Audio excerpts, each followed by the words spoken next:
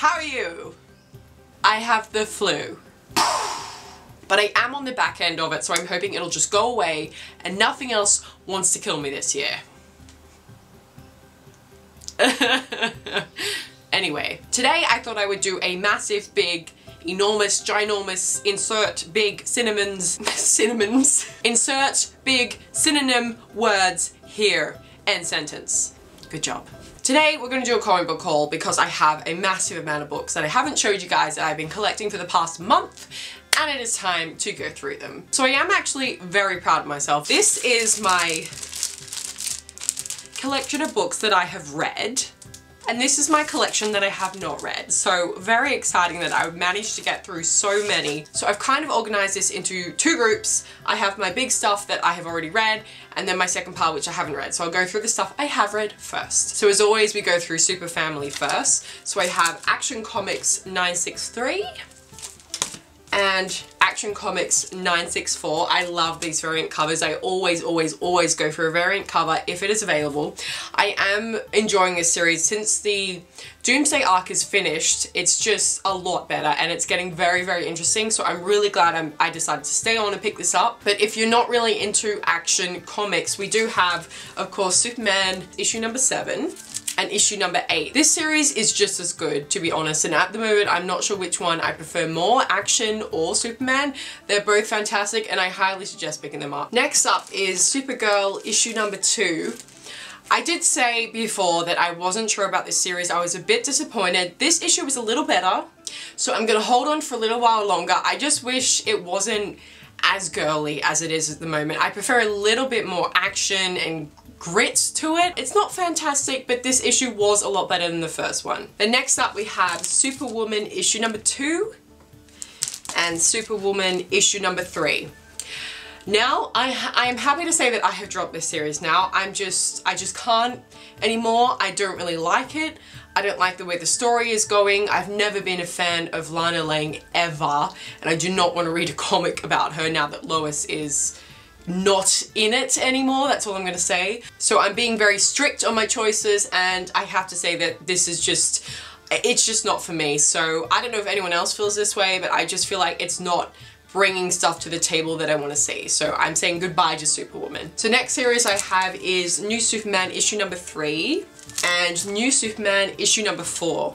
So I really do like this series. It's very different than what I pictured, which is really nice. At the moment, these issues aren't as strong as the first ones, but you can see they are going somewhere. I don't know where they're going, but they are going somewhere. I am going to continue picking this one up. I felt like this last issue was very predictable. Next series I'm actually really excited about. So this is the DC Trinity. Firstly, when I saw it was coming out, I was like, oh my god, it's going to be another Justice League, and I'm not liking Justice League at the moment. I have basically dropped that. But this is done by Manapul, and I love Manapul. I just love his art. When I saw he was writing and doing the art for this, I was like, okay, I have to pick it up. So I was really pleasantly surprised in this because I thought it would be another sort of Justice League-ish story where they have to try to incorporate all these different characters. But I have to say that this issue was really good, and I'm really enjoying it. So this is issue number 1, and then we have issue number 2. This one wasn't as good as the first one, but I mean, the art has me. It really does. I've always loved his art. Next, we have Wonder Woman. So I am really enjoying this series. So this is Wonder Woman issue number 6 and Wonder Woman issue number 7. So this is really good at the moment because it's following a main storyline and also showing a past Wonder Woman as well, which I think is really important at the moment with the Wonder Woman film coming out very soon, or soon-ish, I guess. So I think this series is going to play a big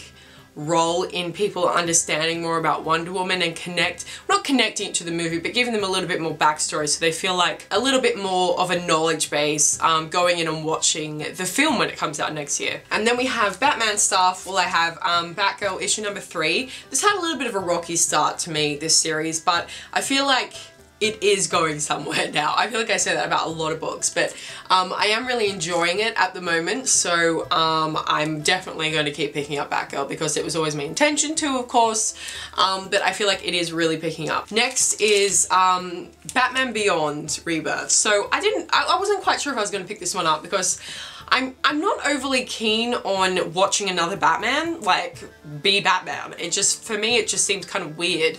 And I'm not sure if I would like it or not, but I was very, very pleasantly surprised. I think I gave this like a 4 out of 5 on Goodreads. I'm not going to continue with it because, as I said, I've got just too many books that I'm collecting at the moment. But I really feel like if you're a big Batman fan, you will actually like this series because it has a very Batman feel to it, even though he's a new Batman. He's a bit younger and a bit more sassy and everything, a bit more talkative, but there is some very good Batman elements in this storyline that I'm not going to go into huge detail in, but I did really enjoy this, and if I was a very big Batman fan, I would definitely be picking this up every week. But as it is, I'm a Superman fan, so I'm going to collect all the Superman stuff. I also, at some stage through the last few weeks, picked up Deathstroke issue number 1. I really enjoyed the Rebirth issue, so I wanted to pick up the first issue. I am enjoying this series. I may pick it up in trade actually, because I'm not too keen about trying to collect all the different issues when they come out every month or so. So I have a few Rebirth issues that I picked up over the past few weeks. The Teen Titans Rebirth. I read this because I knew Raven was coming out and I wanted to see if it would give me a bit more backstory into Raven before the Rebirth issue came out, and it did. It gave a backstory to most of the characters, which was really, really interesting, because I didn't know a lot about like Beast Boy or anything, so seeing a little bit of a backstory there at the beginning was really nice.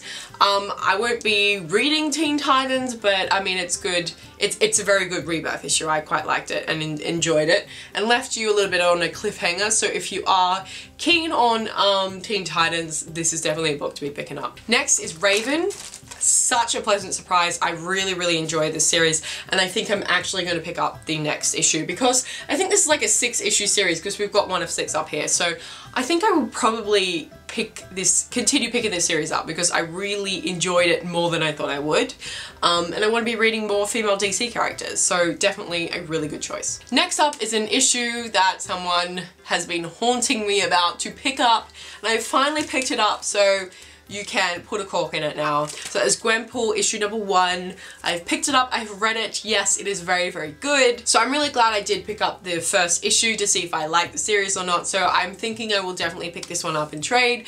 So thank you so much for pestering me week after week to pick this up. I've read it, I like it. Good choice, you know me well. Now I've got a few different like indie comics that I thought might be, well, they sounded quite interesting, so I wanted to try and pick them up. The first one is, well, this one's by DC anyway.